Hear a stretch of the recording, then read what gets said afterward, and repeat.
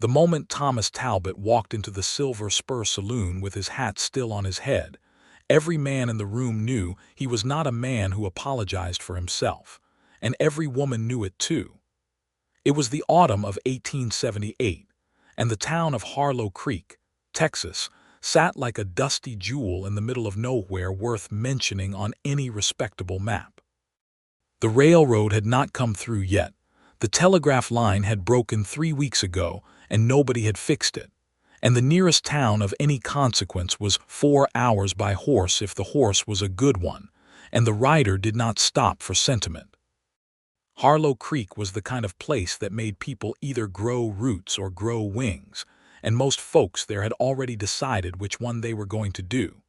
The ones with roots sat on their porches and watched the sun go down with something like satisfaction. The ones with wings were always looking at the horizon with something that looked dangerously close to longing. Thomas Talbot was neither of those things. He was something else entirely. He was a man who had made the land his church and the open sky his congregation, and he rode for the Whitmore Ranch on the eastern edge of the county, with a kind of quiet competence that made other cowboys both respect him and leave him alone. He was 31 years old, broad across the shoulders, with dark brown hair that nobody in Harlow Creek had ever actually seen because of the hat. The hat was a weathered tan Stetson with a dark sweat stain around the band, creased down the center of the crown in a way that suggested years of use and a total absence of vanity. He wore it indoors. He wore it in the general store. He wore it in the saloon. He wore it at the dinner table when Mrs. Whitmore invited the ranch hands in for Sunday supper, and Mrs. Whitmore had said something about it exactly once, and he had nodded politely and kept the hat right where it was. Nobody knew why. Some men in town said it was arrogance. Some said it was habit so deep it had become part of his skeleton. Old Pete Darrow, who drank too much and knew things he should not have known, said once that Thomas Talbot had a scar under that hat from a fight in Abilene 4 years back, and that was the reason. Thomas Talbot never confirmed or denied any of it. He just kept the hat on and kept his business his own, and that was that. Delia Prescott arrived in Harlow Creek on a Wednesday morning in early October, coming in on the stage from San Antonio with a single trunk, a carpetbag, a jar of dried lavender that she refused to pack inside the trunk because she said the smell kept her sane, and a letter of employment from Judge Harold Marsh offering her the position of schoolteacher for the Harlow Creek schoolhouse, which had been without a teacher for 7 months since Miss Arlene Potts had married a cattle buyer and moved to Dallas. Delia was 25 years old, and she had the look of a woman who had made decisions before and knew how to live with them. She had warm brown eyes that caught every detail in a room before she spoke a word, dark auburn hair she kept pinned up in a practical knot, and hands that showed she had worked before and was not afraid to work again. She had grown up in San Antonio, the daughter of a printer who had believed in education the way some men believed in religion, and she had the vocabulary and the posture to prove it. But she also had something most educated women of that era were not supposed to have, which was an absolutely unshakable confidence in her own observations. She stepped off the stage and stood in the street of Harlow Creek with her carpetbag in one hand and her jar of lavender in the other, and she looked at the town the way a person looks at a problem they have decided to solve. Judge Marsh met her personally, which surprised her, and walked her to the boarding house run by a widow named Clara Hensley, who showed her a room with a narrow bed and a window that looked out over the back alley where 2 chickens appeared to live permanently. "The schoolhouse is 2 blocks north," Clara said, setting a pitcher of water on the washstand. "It needs some work. The children here are not angels. And you should know that half the parents in this town do not think their children need much schooling past arithmetic and basic letters." "Then I will show them they are wrong," Delia said pleasantly, and Clara Hensley looked at her with the particular expression of a woman who had seen optimism before and watched it get worn down by weather and stubborn men, and decided to reserve judgment. Delia's first week was consumed entirely by the schoolhouse, which needed considerably more than some work. It needed new desks, which she negotiated from the town council at a special meeting she attended with a written list of requirements that impressed Judge Marsh and alarmed the 3 other council members. It needed books, which she wrote to San Antonio for immediately. It needed a proper stovepipe, which she convinced the town blacksmith, a large, quiet man named Earl Grover, to repair in exchange for her tutoring his daughter on Saturday mornings. And it needed paint on the exterior, which she applied herself on a Saturday afternoon, because the council had said they would get around to it, and she did not trust that timeline. She was on the second rung of a ladder with a paintbrush in her hand when Thomas Talbot rode past on his way into town for supplies. He did not stop. He registered the woman on the ladder with the paintbrush, noted that she was painting the schoolhouse, and kept riding. But his horse, a bay gelding named Cooper, shied slightly at the smell of the paint, and Thomas pulled him back around in a half-circle, and for just a moment he was looking directly at Delia Prescott, and Delia Prescott was looking directly back at him from her rung of the ladder with an expression of total composure that suggested falling off ladders was the least of her concerns. He tipped his hat. She nodded once. He rode on. She told herself that was all it was and kept painting. She met him properly 3 days later at the general store. She was at the counter debating the merits of 2 different brands of chalk with Hector Fuentes, who ran the store with his wife Maria, when the door opened and Thomas Talbot came in, hat on his head, list in his hand, and the particular self-contained energy of a man who intended to get what he came for and leave without incident. Hector said, "Thomas, you know Miss Prescott. She's the new schoolteacher." Thomas Talbot looked up from his list. He looked at her the same way he had from his horse, with a steadiness that was neither rude nor particularly warm but that saw her completely, the way that people who spend a great deal of time outdoors sometimes see things, with a kind of clean clarity. "I do not believe we have been introduced," he said. His voice was low and even, a voice that did not spend itself unnecessarily.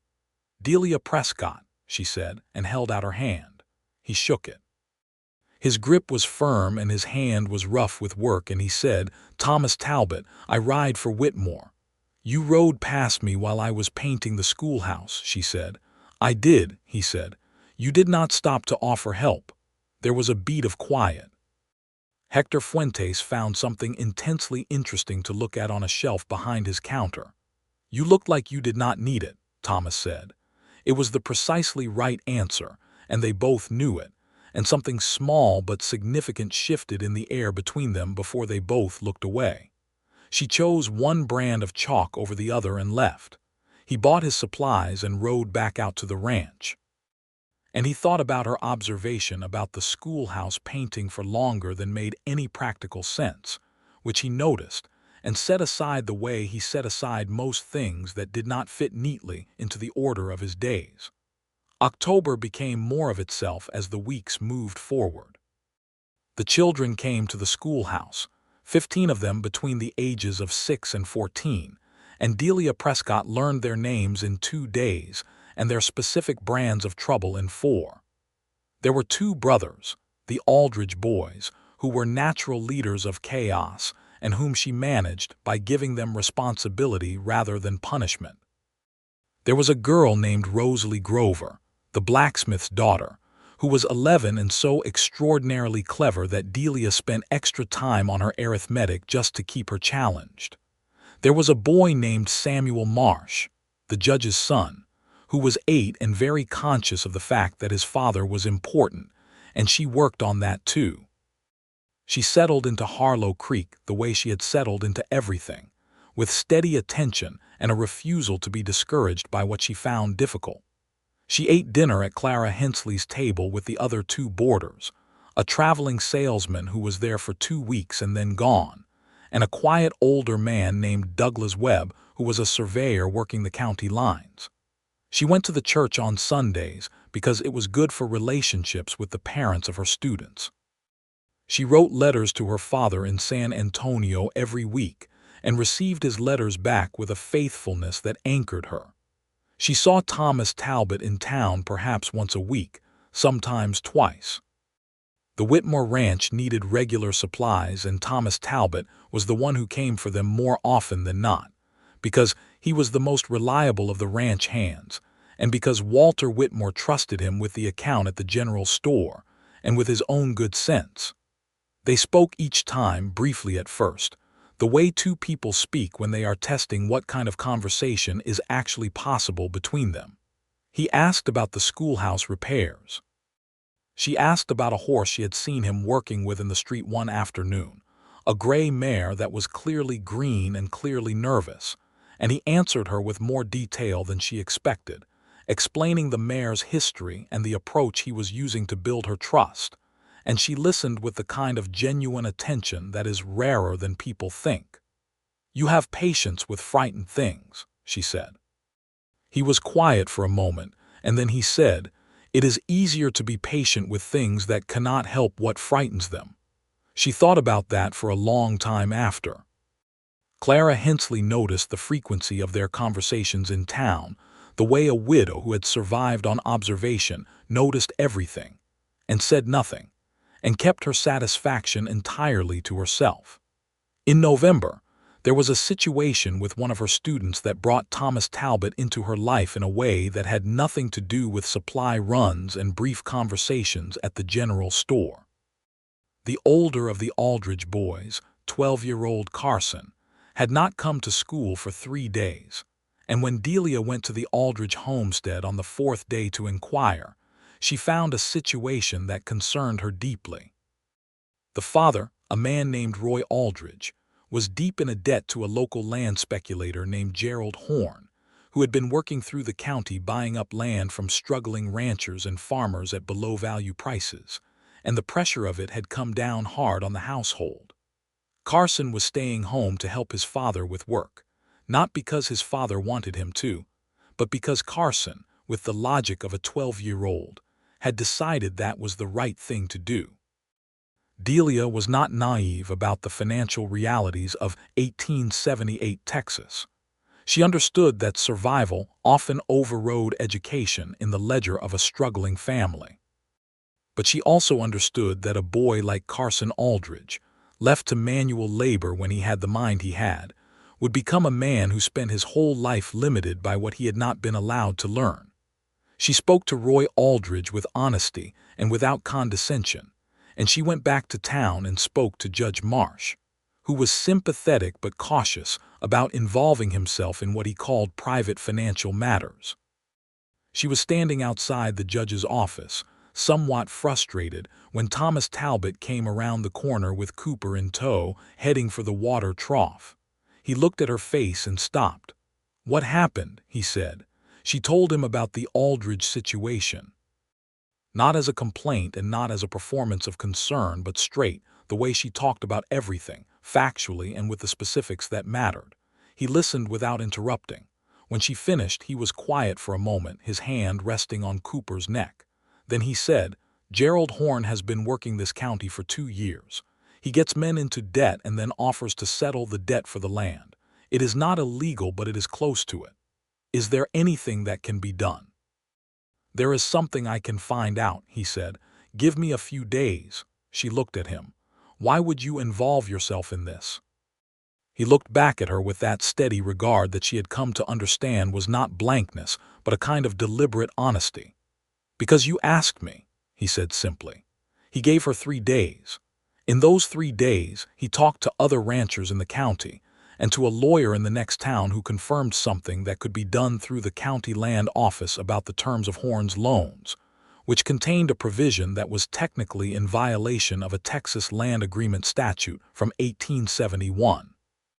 He brought this information to Judge Marsh in a way that gave the judge a clear path to action that did not require him to step into privately what he had called private financial matters, and Judge Marsh, who was a fundamentally decent man when given a clear path to decency, followed through. It did not solve everything. Roy Aldridge still had debts. But the specific pressure that had kept Carson home was relieved enough that the boy was back in Delia's classroom within the week, and Roy Aldridge himself came to the schoolhouse one afternoon to shake her hand, and say thank you with the particular dignity of a man who had been helped, without being made to feel small about it. She found Thomas at the general store the following morning and told him what had happened. "Thank you," she said. "What you did mattered." He adjusted the brim of his hat, a habit she had started to notice he had when something landed differently than he expected. "It was the right thing to do," he said. "A lot of things are the right thing to do," she said. "Not everyone does them." He looked at her. She looked at him. And there it was again, that shift in the air that had no name for it yet, but that both of them felt. The first time they spent real time together outside of those brief town meetings was a Sunday in mid-November, when Clara Hensley organized a gathering at her house for the purpose of what she called community fellowship, and what was actually an opportunity for her to feed people she liked and arrange the kinds of conversations that might otherwise take years to happen. Thomas Talbot was there because Clara had asked Walter Whitmore to come, and Whitmore had sent Thomas in his place, which was the kind of social substitution that happened regularly in small towns, where one man trusted another to represent him adequately. The gathering was perhaps 12 people in Clara's front room, which was small enough that everyone was necessarily near everyone else. There was food, good food, Clara being of the school that believed people could not have meaningful conversations on empty stomachs. There was conversation about the county, about the railroad that everyone was hoping would come through by 1880, about the winter that was promising to be hard based on the early cold. Delia and Thomas ended up side by side at the edge of the room where the crowd was thinnest, and they talked, not briefly, not as a preliminary to something else. They talked the way people talk when they have discovered that the other person is genuinely interesting to them, and they want to find out how much further that goes. She asked him where he was from originally, and he said Kansas, a small town she had heard of but not been to. She asked what had brought him to Texas, and he said work at first, and then he said, with the kind of honesty that surprised him even as he said it, that he had stayed because the land here felt like something he understood in a way that was hard to put into words. She said she understood that. She said San Antonio had felt that way to her too, until her father's health had started declining and the printing business had slowed, and she had looked at what she could do, what she was actually trained to do, and had taken the position in Harlow Creek because it was real and it was something she knew how to be good at. "Do you miss San Antonio?" he asked. "I miss my father," she said honestly. "I write to him every week. He writes back, which is more than some fathers would do." She paused. "I do not miss feeling like I was waiting for my life to start." "What do you mean?" "In San Antonio, there were expectations for a woman of 25, she said. Marriage. A household of someone else's making. Here I have a classroom and children whose minds I can actually help shape, and I have my own small room with my lavender jar on the windowsill and nobody's expectations but my own to meet." He was quiet for a moment, and then he said, "That is a brave way to see it." "It is just an honest way," she said. He nodded slowly, and she noticed that he never spoke just to fill silence, which was one of the things she had begun to find most distinctive about him. Most people filled silence because it made them uncomfortable. Thomas Talbot let silence be what it was, which was sometimes just the space between two true things. She asked him about the ranch. He talked about cattle and seasons, and the particular satisfaction of knowing an animal's habits well enough to anticipate what it needed before it showed distress. He talked about the land the way she talked about her students, with specific knowledge and a kind of affection that was not sentimental but was absolutely genuine. He talked to her longer than he had talked to any single person in a social situation in recent memory, and he did not notice until Clara Hensley cleared her throat meaningfully at 10 o'clock and said it was getting late, that he had been there for 3 hours. He rode back to the Whitmore ranch under a sky full of cold stars with something settled in him that had not been settled before, and he did not examine it too closely, but he knew what it was. December arrived and brought the cold it had promised, and with the cold came the particular intimacy that hard weather creates in small communities. People moved indoors and became more dependent on each other's company, and the town of Harlow Creek contracted around its common spaces: the general store, the saloon, Clara Hensley's parlor, the church, and the schoolhouse where Delia Prescott kept the stove burning and taught 15 children reading, writing, arithmetic, geography, and whatever she could manage by way of science and history with the limited books she had. Thomas Talbot made an excuse to come to town more often than strictly necessary. He told himself it was for supplies, and sometimes it was. He told himself it was because the roads were better from the Whitmore Ranch than some other routes, which was sometimes true. He did not tell himself the actual reason, which was that Delia Prescott had become the person he thought about when he was not thinking about anything in particular, which was a kind of thinking he was not accustomed to, and that occupied him considerably. He brought her something the second week of December that he had not planned to bring her. He had been in the general store and had seen a book that Hector Fuentes had just received in a new shipment, a geography textbook with detailed maps that was clearly more advanced than what the schoolhouse currently had, and he had bought it before he understood he was doing it, and he had brought it to the schoolhouse in the middle of the afternoon on a Tuesday when the children had gone home for the day. She opened the door and looked at the book in his hand with an expression that moved through surprise and into something warmer. "Thomas," she said, "Hector got a new shipment," he said. "I thought it might be useful for the geography lessons." She took it and turned it over and opened it to a page of maps and looked at it with the same concentrated attention she gave everything. Then she looked up at him. "This is a very thoughtful thing to do," she said. He was standing in the doorway with his hat on, and the late afternoon light was coming through the windows of the schoolhouse and making the room look warmer than the cold outside, and he was suddenly very aware of the fact that she was looking at him directly with those brown eyes that saw everything, and he had no practical reason to stay. "Come in out of the cold," she said. "I have coffee on the stove." He came in. He sat at the teacher's desk, which was the only adult-sized seat in the room, and she sat on the edge of one of the larger student desks across from him, which she did with a complete absence of self-consciousness, and she poured 2 cups of coffee from the pot on the stove and gave him one. They sat in the quiet schoolhouse as the light outside turned from gold to gray, and they talked about geography, and then about maps, and then about places neither of them had been but that they could imagine from descriptions: the Pacific Ocean, the mountains of Colorado, the great flat wheat fields of the Midwest that Thomas had actually seen as a child, and described to her with the careful precision of someone who keeps specific memories. She told him about the time her father had taken her to see the Gulf of Mexico when she was 9, and how the size of it had made her feel simultaneously very small and very free, and how she had never forgotten either of those feelings. "I think those two things together is how you know something is real," she said, "when it makes you feel both things at once." He looked at her over his coffee cup and he said, "I think you might be right." The schoolhouse was dark before they noticed, and Delia lit the lamp on the desk, and the warm circle of light made the room into something private and complete. And Thomas set his coffee cup down and stood, and said he should be getting back before the cold got worse. And she walked him to the door, and he stepped out into the night air with his hat on, and she stood in the doorway with the lamplight at her back and said good night. And he said good night.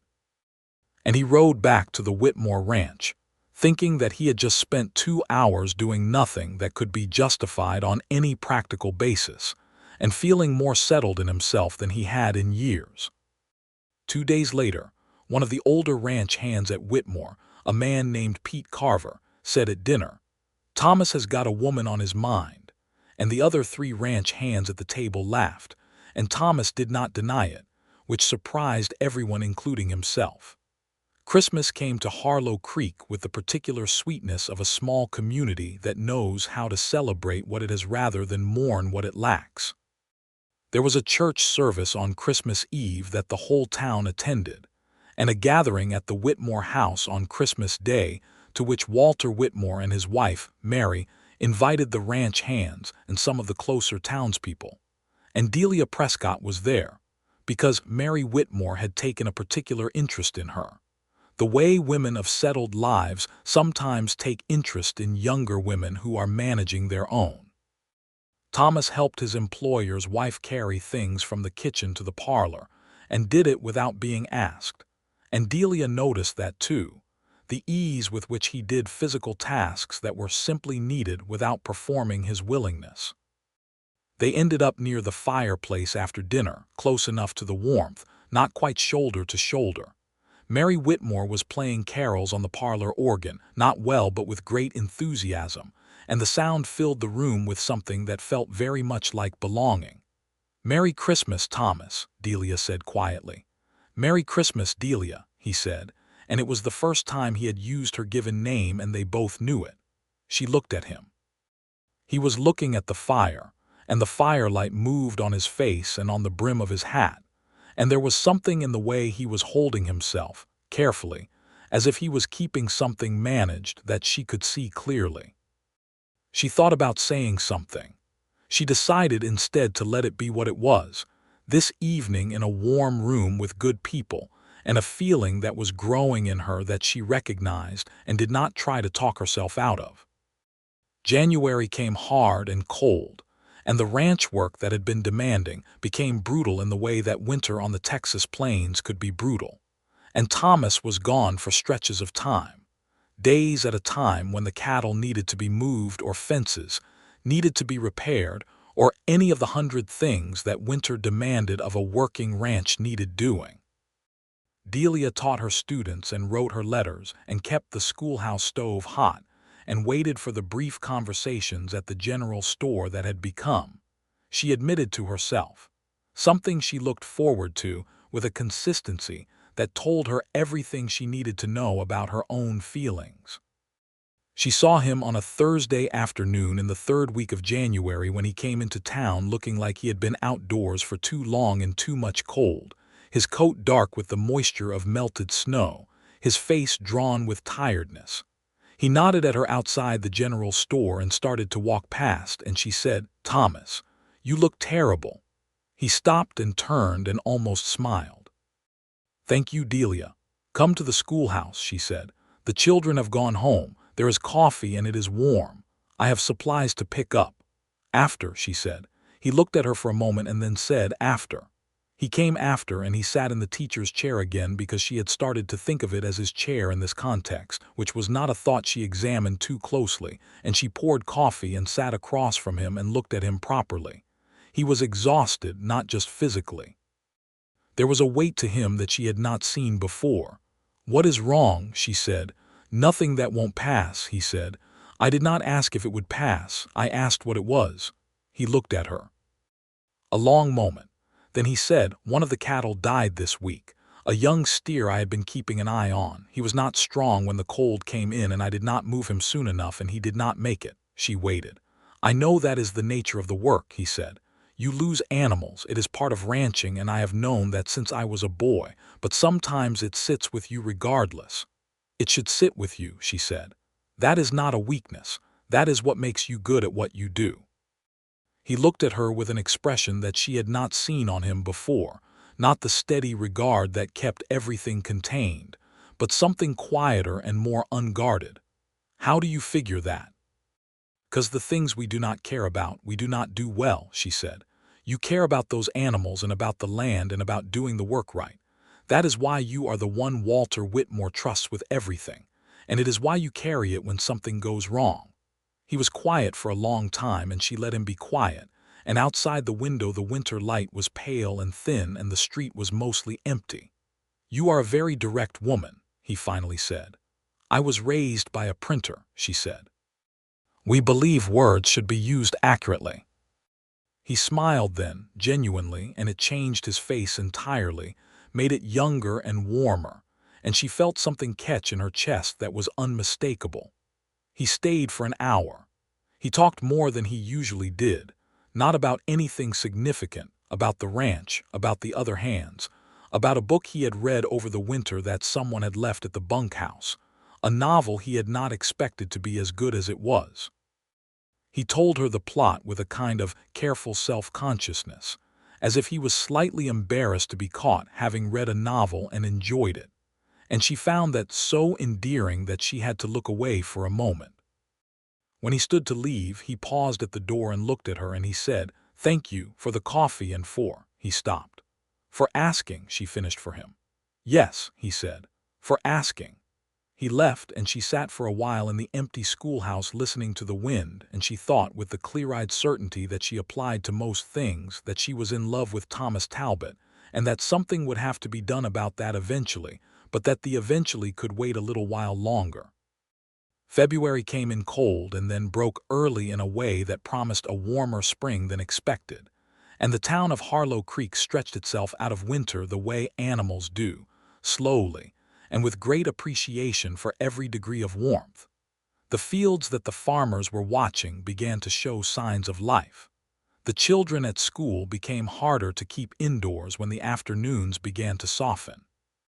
On the 14th of February, which Delia noted in her schoolroom lesson as a historical reference to St. Valentine, but which meant nothing in particular in the social customs of a working Texas town, Thomas Talbot came to the schoolhouse after hours with two things. One was a small jar of honey from a beekeeper at the edge of the county who was known for keeping good hives. The other was himself, standing in the doorway with his hat on, looking for the first time since she had known him slightly uncertain. She looked at the honey and she looked at him. "It is just honey," he said, with a tone that acknowledged clearly that it was not, in fact, just honey. "It is lovely honey," she said, and took it and set it on her desk and looked at him properly. "Come in." He came in. He did not sit down this time. He stood in the middle of the room with his hat on and his hands at his sides, and he looked at her with the expression of a man who has decided something and is going through with it. "I would like to call on you," he said, "properly, if that is something you would permit." The formal phrasing in his low voice was so careful and so sincere that it made something bloom in her chest. "I would permit it," she said. "Very much," he exhaled. It was a small sound, but she heard it. "Sunday," he said. "Sunday," she agreed. He nodded once, and his hand went to the brim of his hat in that adjusting gesture she knew so well now, and he turned and went to the door and then turned back, as if he had forgotten something. "Delia," he said. "Thomas," she said. He almost said something else. Whatever it was, he decided it could wait until Sunday, and he went. She stood in the middle of her schoolroom and looked at the jar of honey on her desk and smiled so broadly that she was grateful none of her students were present to see it. Sundays became their time. He came to Clara Hensley's boarding house and collected her in the mid-morning, and they walked, because the weather was becoming the kind of weather that made walking a pleasure rather than a punishment. They walked along the creek that gave the town its name, which was a good creek, wide and clear in most seasons, lined with cottonwood trees that were beginning to bud in the lengthening days. They walked out past the edge of town, where the land opened up into the grass and scrub that went on for miles in every direction.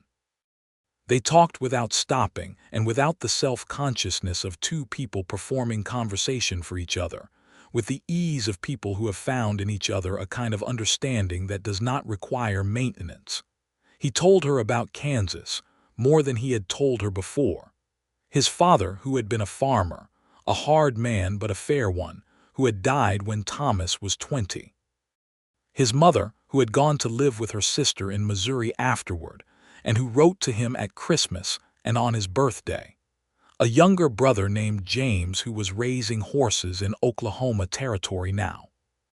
He told her these things in pieces over several Sundays, not all at once, the way he approached most things, carefully and in the right order.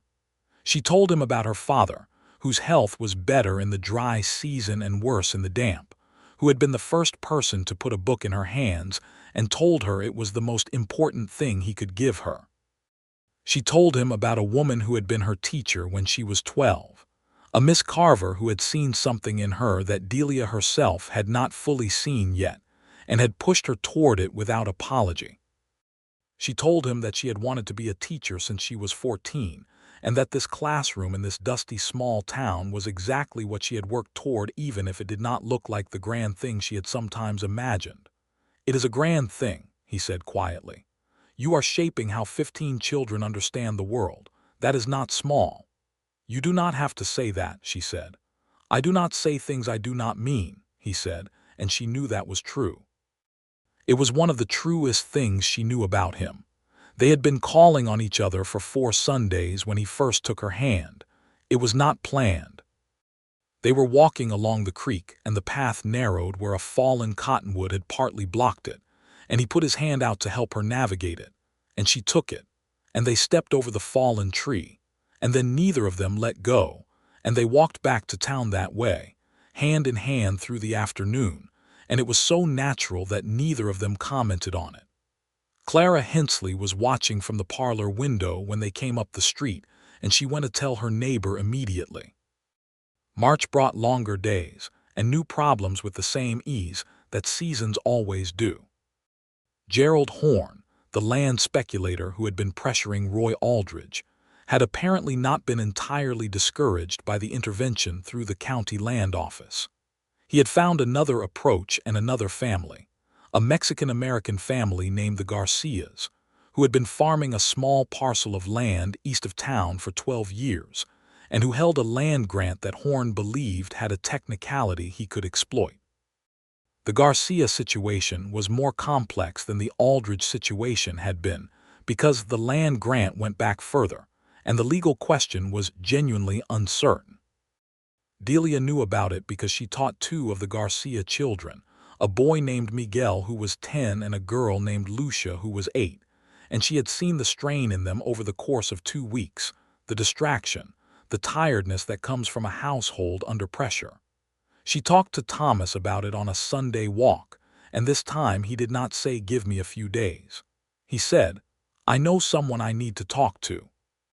The someone he talked to was a man named Rafael Vega, who was a retired Mexican land agent living in the county south of Harlow Creek, who understood Texas land grant law with the authority of someone who had spent 20 years working within it.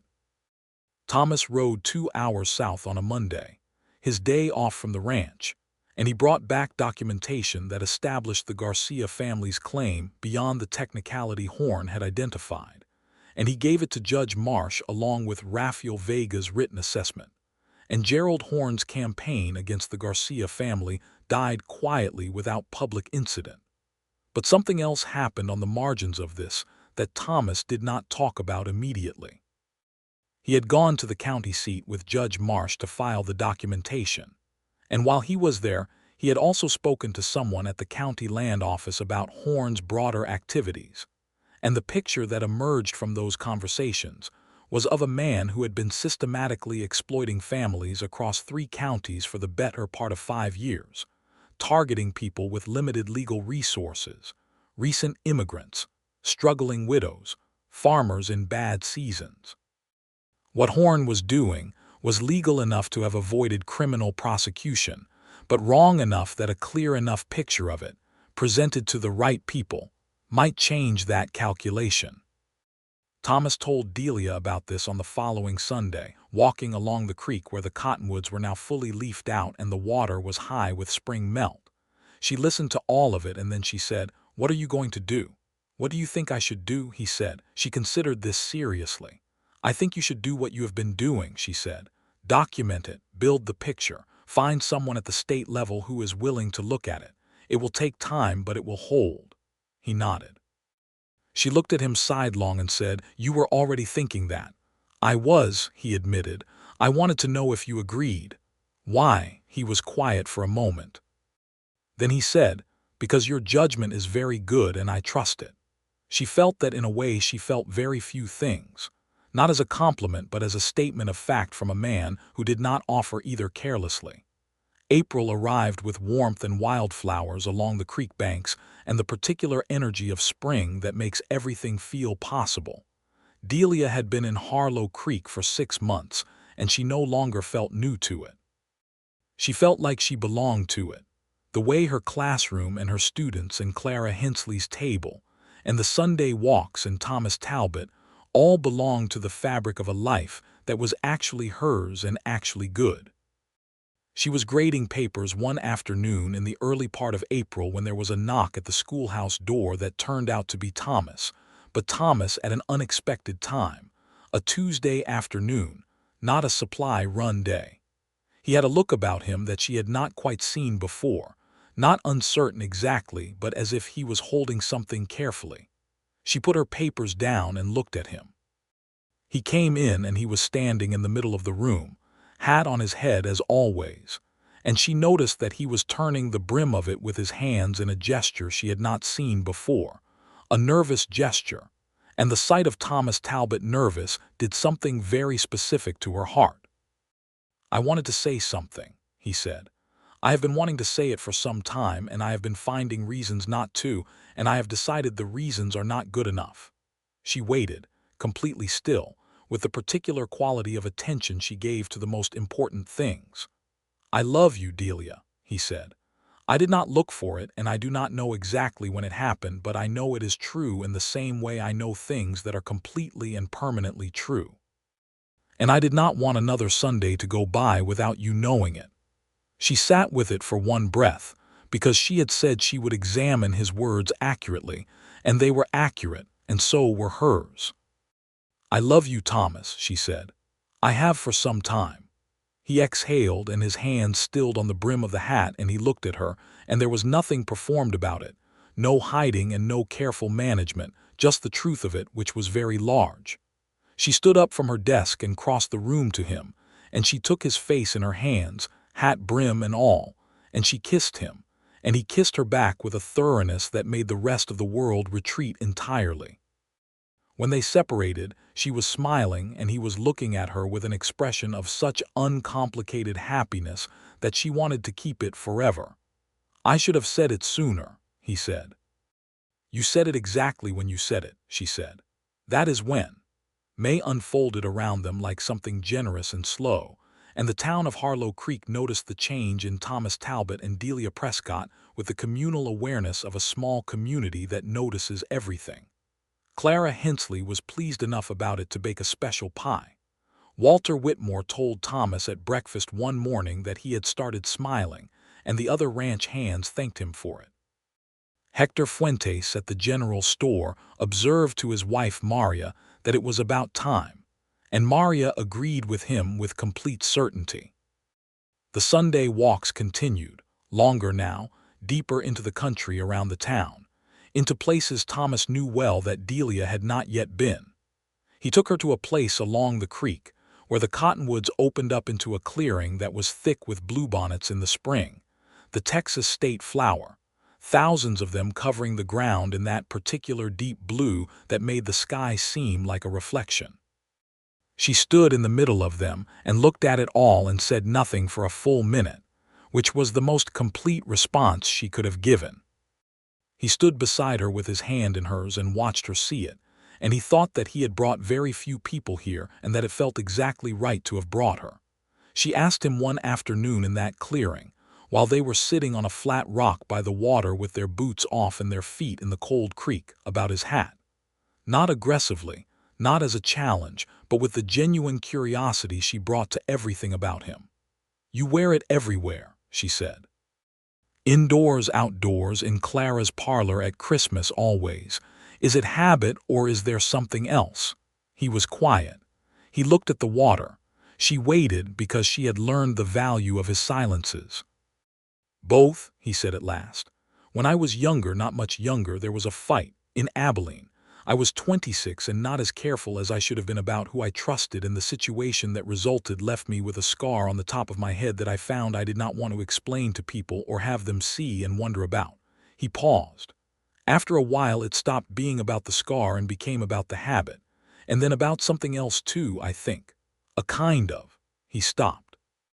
"A kind of armor," she said. He looked at her. "Something like that." She nodded slowly, understanding this in a way that required no further elaboration. She did not push it. She did not say anything unnecessary about scars or armor or what they meant. She leaned her head against his shoulder and felt him settle beside her, and the creek went on doing what creeks do. But she thought about it.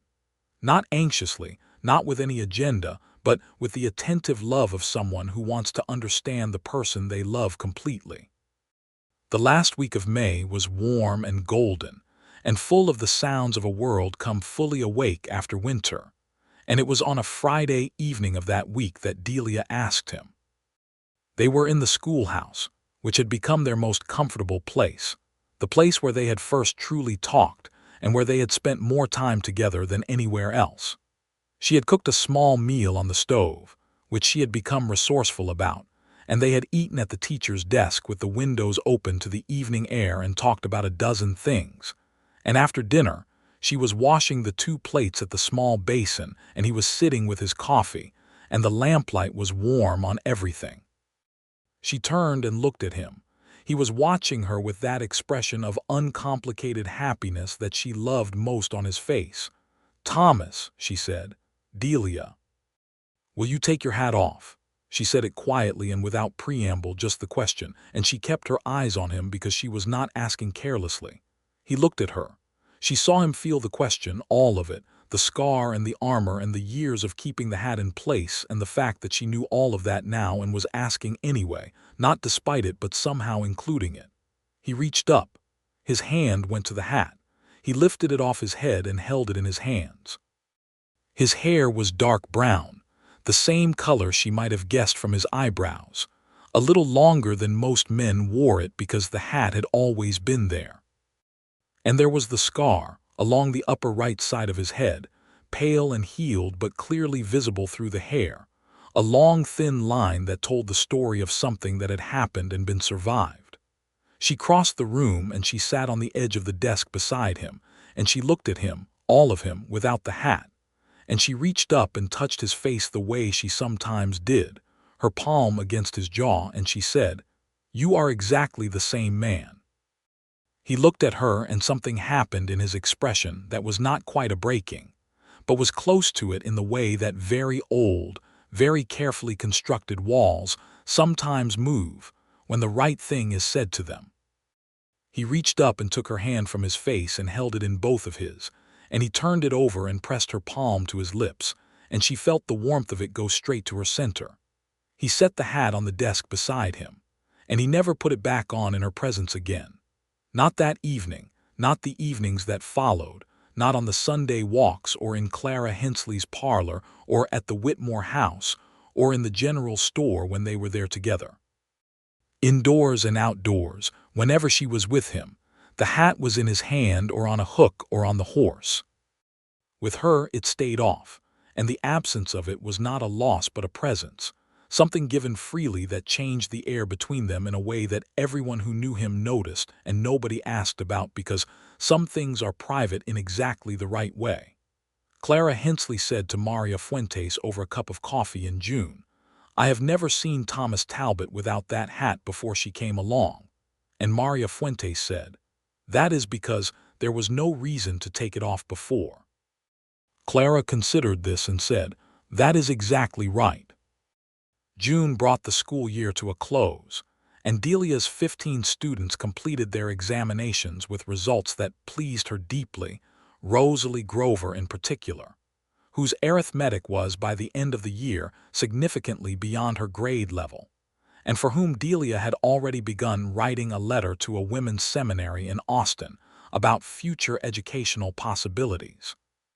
Carson Aldridge, who had missed those 4 days in October, had more than made it up by June, and Roy Aldridge came to the end-of-year gathering with his wife and both boys and shook Delia's hand again, and this time she could see that the gratitude was not just for the intervention with Gerald Horne, but for what the whole year had meant for his son.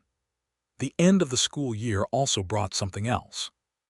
A letter from Delia's father in San Antonio, which arrived in the first week of June and which she read on the bench outside the general store in the morning light. It was not a bad letter. Her father was well enough, he said, and the business had had a good spring. But he was getting older and the letters sometimes showed it, the handwriting slightly different than it had been when she was a girl, the sentences a little shorter. She read it twice and then sat with it for a while, aware of the distance between here and San Antonio, which was not far in miles but was far in the way that any distance feels when someone you love is at one end of it. Thomas came out of the general store and saw her on the bench and sat beside her without being asked. "Your father." He said. "He is well," she said. "I just miss him." He put his arm around her shoulders and she leaned into him, and they sat in the street in broad daylight, which in a town like Harlow Creek was a statement of its own, and she was glad of it. That afternoon, Thomas asked her if she would like to visit San Antonio over the summer recess, since she had no teaching obligations until September. She looked at him with the particular attention she gave to things that surprised her. "You are proposing to take me to San Antonio," she said. "I am proposing to take you to see your father," he said. "If you would permit it." She searched his face. "That is a significant journey." "It is," he said. "I have 2 weeks' leave from the Whitmore Ranch in July. It is enough time." She understood what he was saying and what he was not saying, and she said, "You want to meet my father?" He met her eyes. "Yes," he said. She felt the full weight of that simple word. "He will love you," she said. "I hope to be worthy of his opinion," Thomas said seriously. She kissed him on the cheek, which was forward enough that the two older men playing checkers outside the saloon across the street both looked up and then looked very carefully at their checkerboard. They went to San Antonio in the 3rd week of July. Thomas arranged the travel, the stage connections, the timing, with the same methodical competence he brought to everything practical. He met her father, William Prescott, in the print shop on a Thursday afternoon, and William Prescott, who was 63 years old and sharp-eyed in the way of printers and journalists, looked at Thomas Talbot without his hat in his daughter's presence and said nothing about it for the first hour. Over dinner that evening, William Prescott asked Thomas questions that were direct without being hostile, about the ranch, about his prospects, about what kind of man he was and intended to be, and Thomas answered all of them with the same honesty he always had, including when William asked, "What are your intentions with regard to my daughter?" Thomas looked at William Prescott across the dinner table and said, "If she will have me, sir, I intend to marry her." William Prescott looked at his daughter. Delia, who had known this was coming the way she knew most things that were honestly true, looked back at her father with a composure that was warm around the edges. "Delia," her father said, "do you intend to have him?" "I do," she said. William Prescott refilled his coffee cup and said, "Good. Now let us talk about the wedding." They were married in Harlow Creek in September, on the Saturday before the new school year began, because Delia had decided she was not going to start the new school year with anything unfinished. The ceremony was at the church, performed by the Reverend, attended by what seemed like most of the county, because in a small town a wedding is not a private event. Clara Hensley cried at the beginning and stayed for the entire celebration afterward, which she had organized, and which was held in the open space behind the church, with tables and food contributed by what seemed like every household in a 5-mile radius. Walter and Mary Whitmore were there, Walter having given Thomas an afternoon off from his dignity to be genuinely moved. The Aldridges were there, Roy Aldridge standing very straight and proud at the back of the church, as if he had a personal stake in the happiness of this particular union. The Garcia family was there, Alina Garcia having brought a platter of food that was the best thing on the table and knowing it. Rosalie Grover was a flower girl, which she did with a mathematical precision that was entirely her own. The judge performed a reading. William Prescott stood at the front of the church and gave his daughter's hand to Thomas Talbot, and he did it with a steadiness in his eyes that was the steadiness of a man who believes he has done something right in his life. Thomas stood at the altar without his hat, because Delia was there, and his dark hair and the pale scar and his serious face, and the look he had when he saw her coming down the aisle in the dress she had made with Clara Hensley's help, cream-colored with ribbon at the collar, walking toward him with those brown eyes that saw everything. All of it was completely and permanently his, and he was completely and permanently hers. "You look beautiful," he said when she reached him, which was not part of any ceremony, just what he said. "You look like yourself without your hat," she said, which made the Reverend briefly lose his place and the front row of guests laugh. They said their vows with the particular conviction of two people who do not say things they do not mean. And when the Reverend declared them husband and wife, Thomas kissed her with a thoroughness that was too much for a church but was entirely right for them, and the congregation made a sound of collective approval. They moved into a house 3 weeks after the wedding, a small but solid house at the edge of town that Walter Whitmore helped Thomas purchase at a price that was fair, and that reflected the years of honest work Thomas had put in at the ranch. Thomas negotiated to continue working for Whitmore, which made practical and financial sense, while he and Delia began to think about what the future of their own land might look like. The house had a good room for a study, which became Delia's room, where she kept her books and her teaching materials and her father's letters and her jar of dried lavender, which she had kept through every change of location as a kind of talisman. The first autumn of their marriage was the best autumn that either of them could clearly remember. Delia began the new school year with 18 students, 3 more than the year before, because word had traveled to nearby farmsteads that the Harlow Creek school was worth sending children to. She taught with the energy of someone who has found the right life, and came home in the evenings to a house that was hers and his and theirs together. Thomas hung his hat on the hook by the door every evening when he came in from the ranch, which he had done from the first night in their house, without discussion, because she was there, and the hat stayed off when she was there. She saw it every time she passed the hook and felt something quiet and sure about it. They talked in the evenings as they had always talked, about everything and nothing, about the students and the cattle and the county news and books, and the letters from her father and the letters from his mother in Missouri, and the slow-building case against Gerald Horn that Thomas had been quietly contributing to for months, gathering and documenting and talking to the right people across 3 counties. In December, 3 months after the wedding, Delia told Thomas that she was pregnant. She told him on a Saturday morning when they were both home and the light was coming in through the kitchen window in the way that late winter light does in Texas, sideways and gold, and she told him simply and directly in the way she did everything. He went very still for a moment. Then he crossed the kitchen, and he held her the way he held her when something was too large for ordinary expression, carefully and completely, and she could feel the size of what he was feeling in the way he did it. "Are you happy?" She said into his shoulder.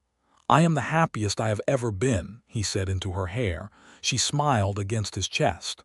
"Good," she said, "because there is a great deal to do."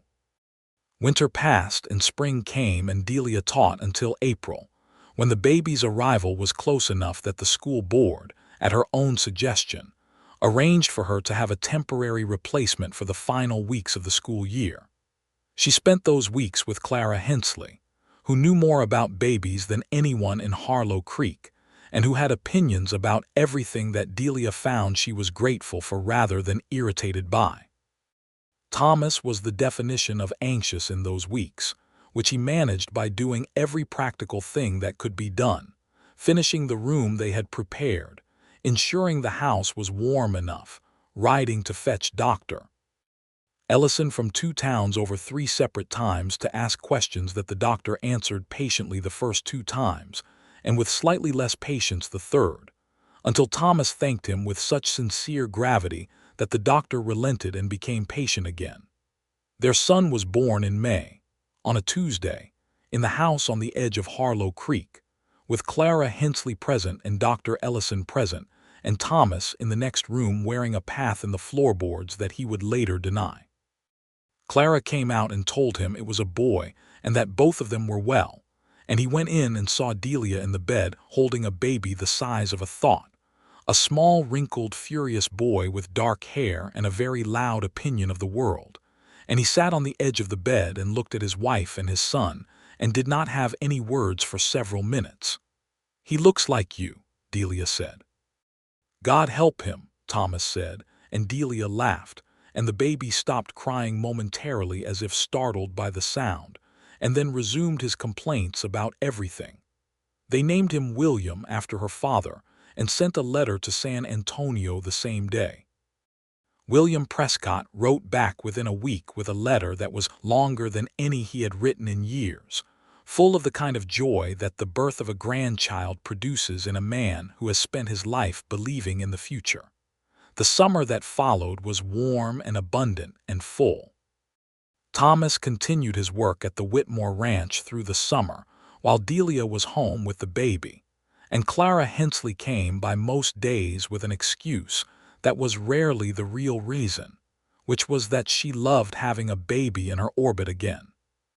Delia recovered well and fully and found motherhood to be something she had not prepared for perfectly, because nothing prepared you for it perfectly, but that she approached with the same honest attention she brought to everything.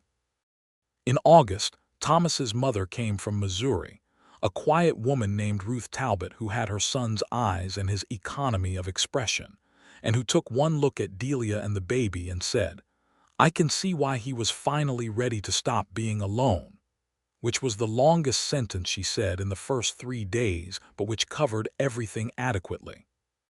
Ruth stayed for 3 weeks and went back to Missouri carrying letters and a small photograph that a traveling photographer had taken in front of the house, Delia holding the baby, Thomas standing beside her without his hat because she was there.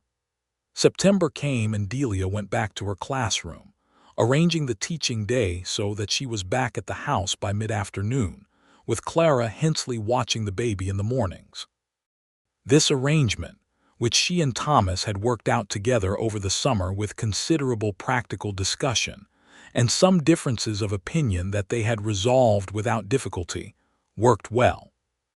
She was not the kind of woman who could or would give up her classroom, and he had always known that and had never suggested she should. The school year of 1879 to 1880 was the best yet. She had 20 students now, and had finally gotten the school board to agree to a second primer set so that the older students could advance properly.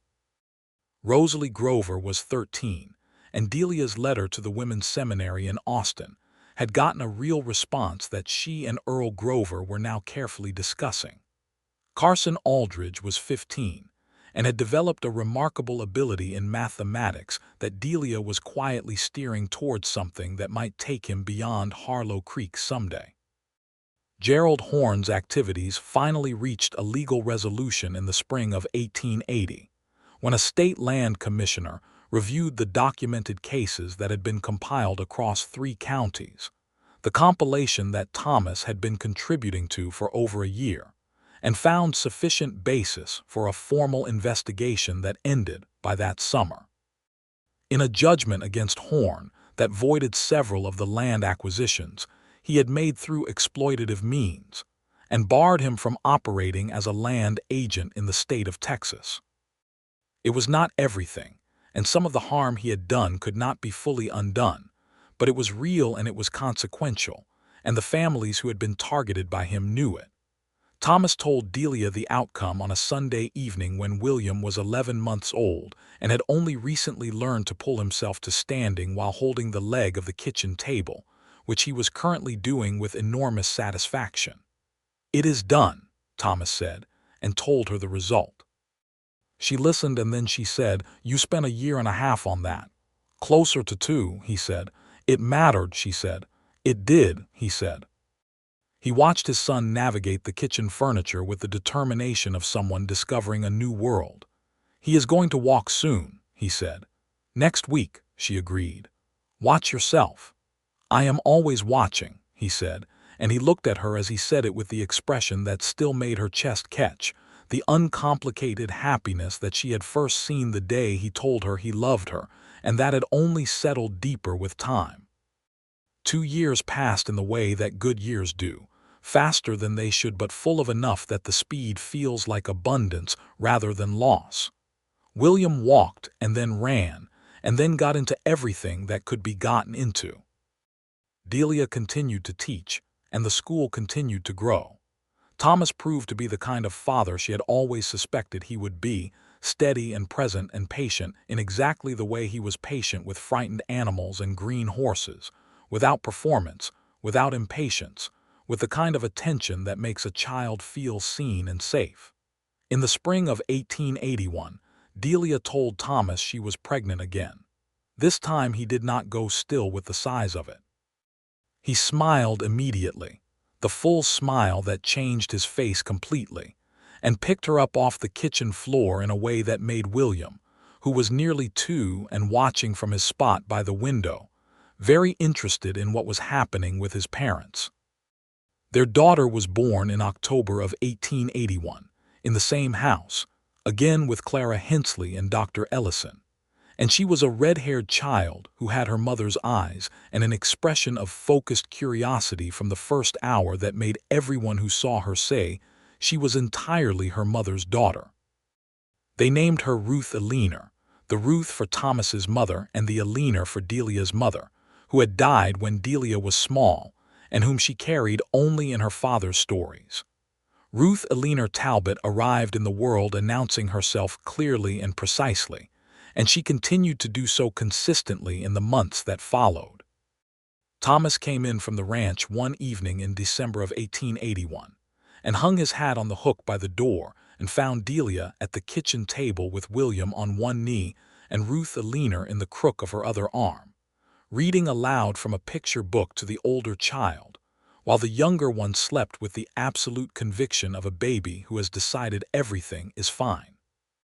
The lamplight was on all of them, the stove was warm. Outside, the December wind was moving through the empty street. He stood in the doorway of the kitchen for a moment, just looking at it.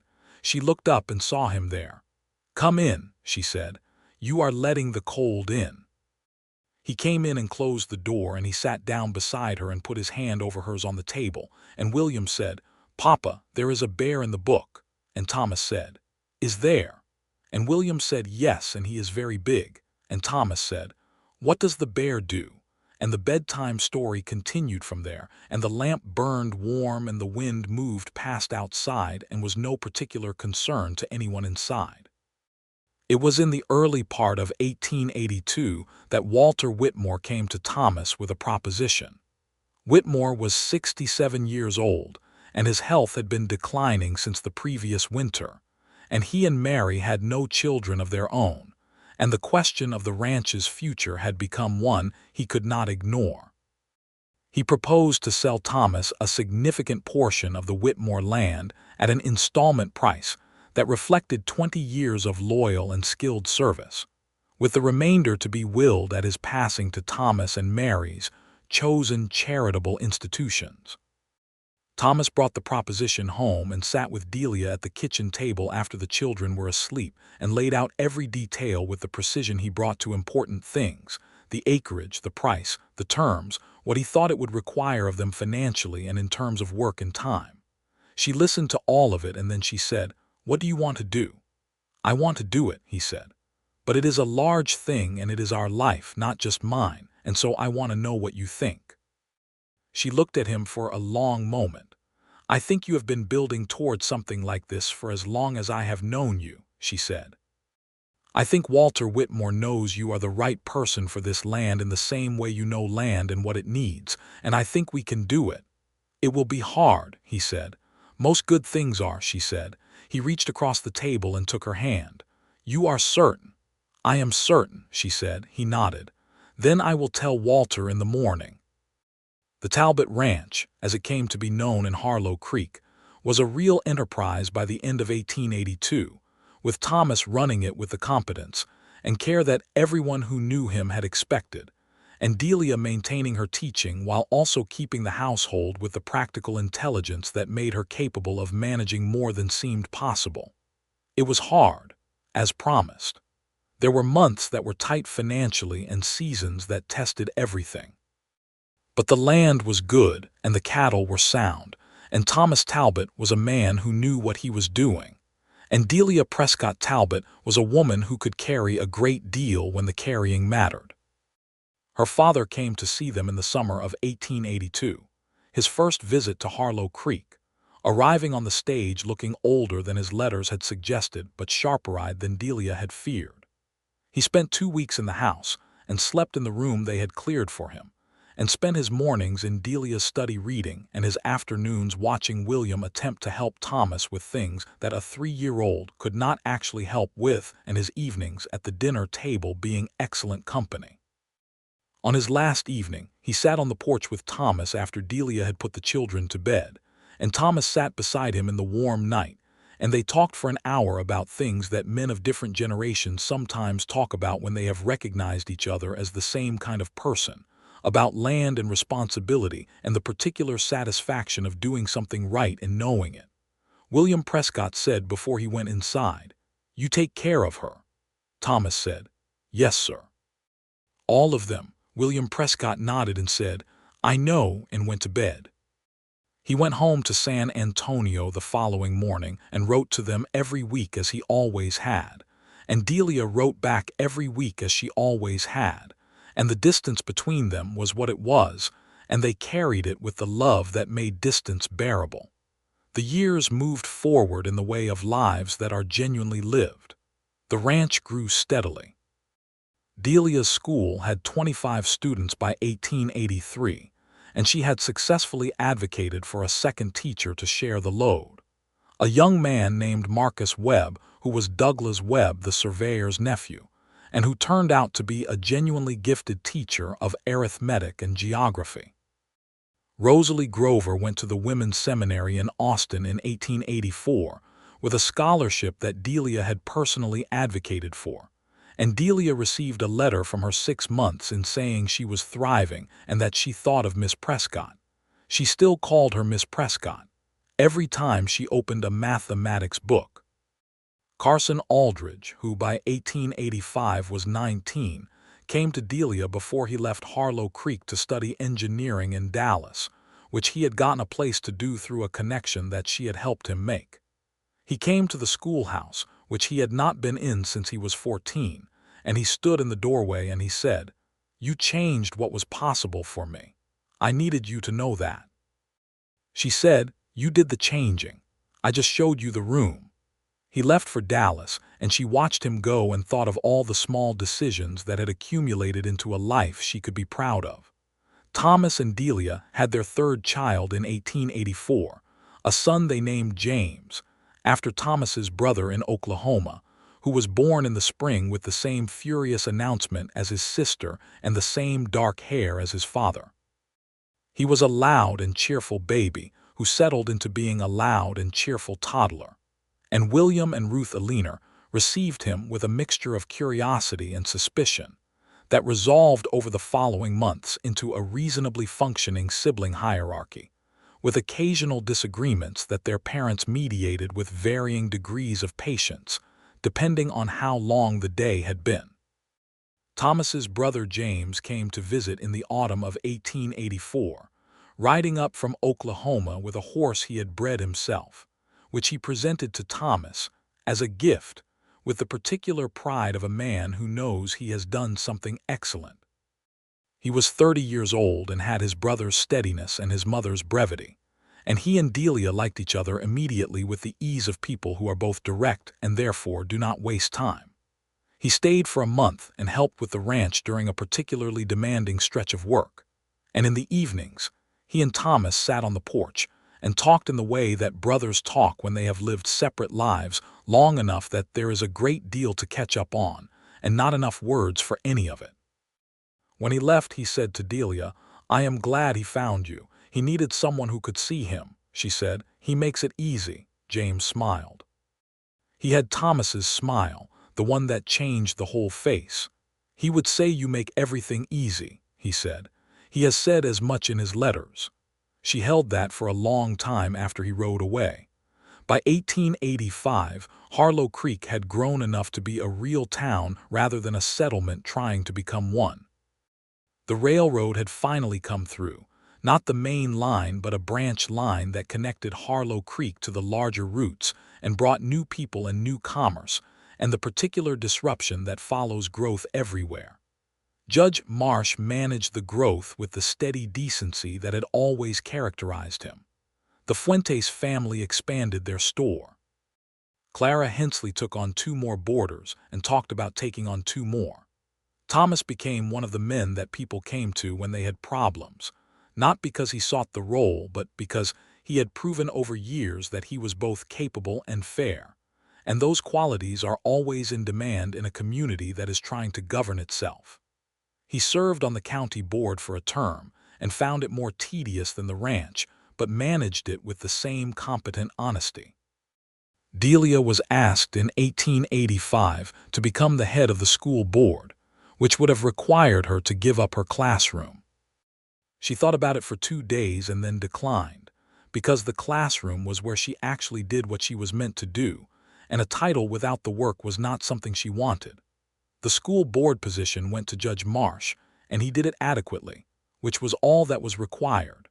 Her father's health declined in 1886, more sharply than the previous slow decline. His letters came with longer gaps between them and were shorter when they came, and she recognized in the change what it was.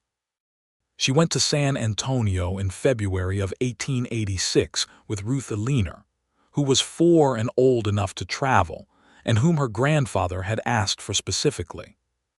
She left Thomas with William and James and the ranch, and she spent 6 weeks with her father in the house she had grown up in.